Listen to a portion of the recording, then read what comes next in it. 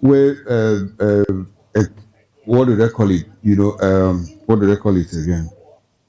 A guard was asked to pull out, and after 30 minutes, insurgents, terrorists swooped on a school and took away captives and all of that.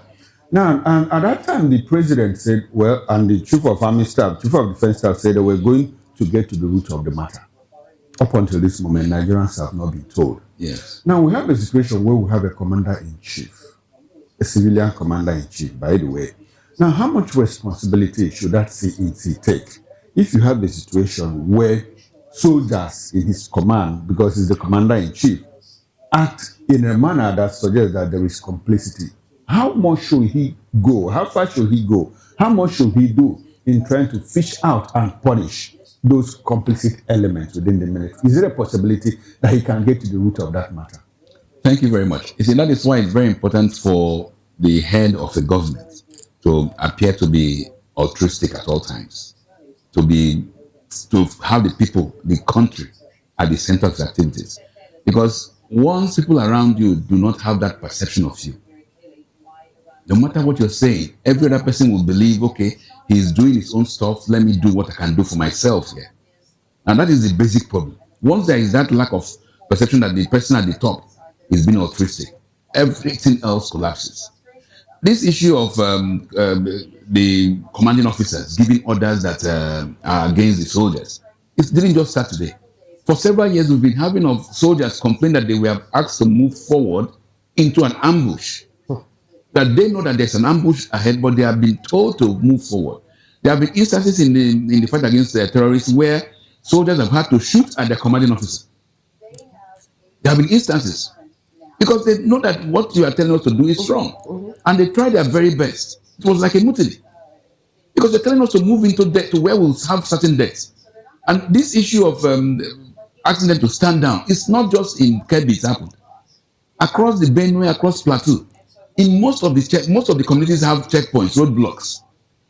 A few hours before the terrorist attack, the Islamist jihadist attack, all those checkpoints will disappear. Somebody will give an order that they should disappear.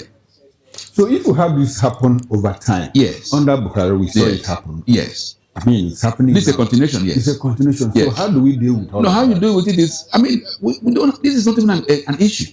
The Nuhu Ribadu, for goodness sake, in open air, told you that these are his brothers, followed by Chief of Defense Staff, Oluyede. So what else are you looking for? What are you asking for? What do you want me to say?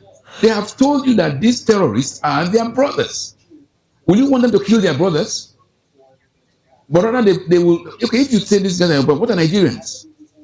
You have to accommodate them. You have to give them billions if you know how much is being appropriated for the rehabilitation and the eradication of these characters.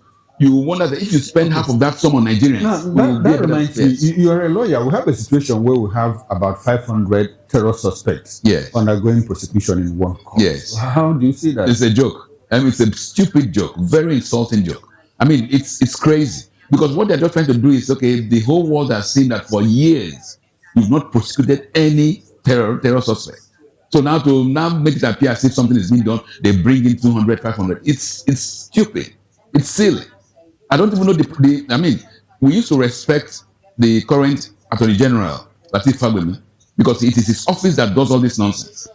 It is madness, because there can be no justice in that instance. There are better ways of doing these things. And we have to call a spade a spade. This government is enabling terrorists. Simple. I mean, and the facts are bound to establish it. That's what, and this is my words. It's not the opinion of VOP, I agree. But if you look at all the instances, and ironically, the people this government convicts are the victims of terror. It's mind-boggling. And we're here talking about security. Look, Nigerians should fend for themselves because the system, and I keep on repeating that word. Nobody was not joking when he made that comment. Nigerians should fend for themselves. Oh, yes. And Nigerians are capable of fending for themselves. Well, they should begin to think of how to fend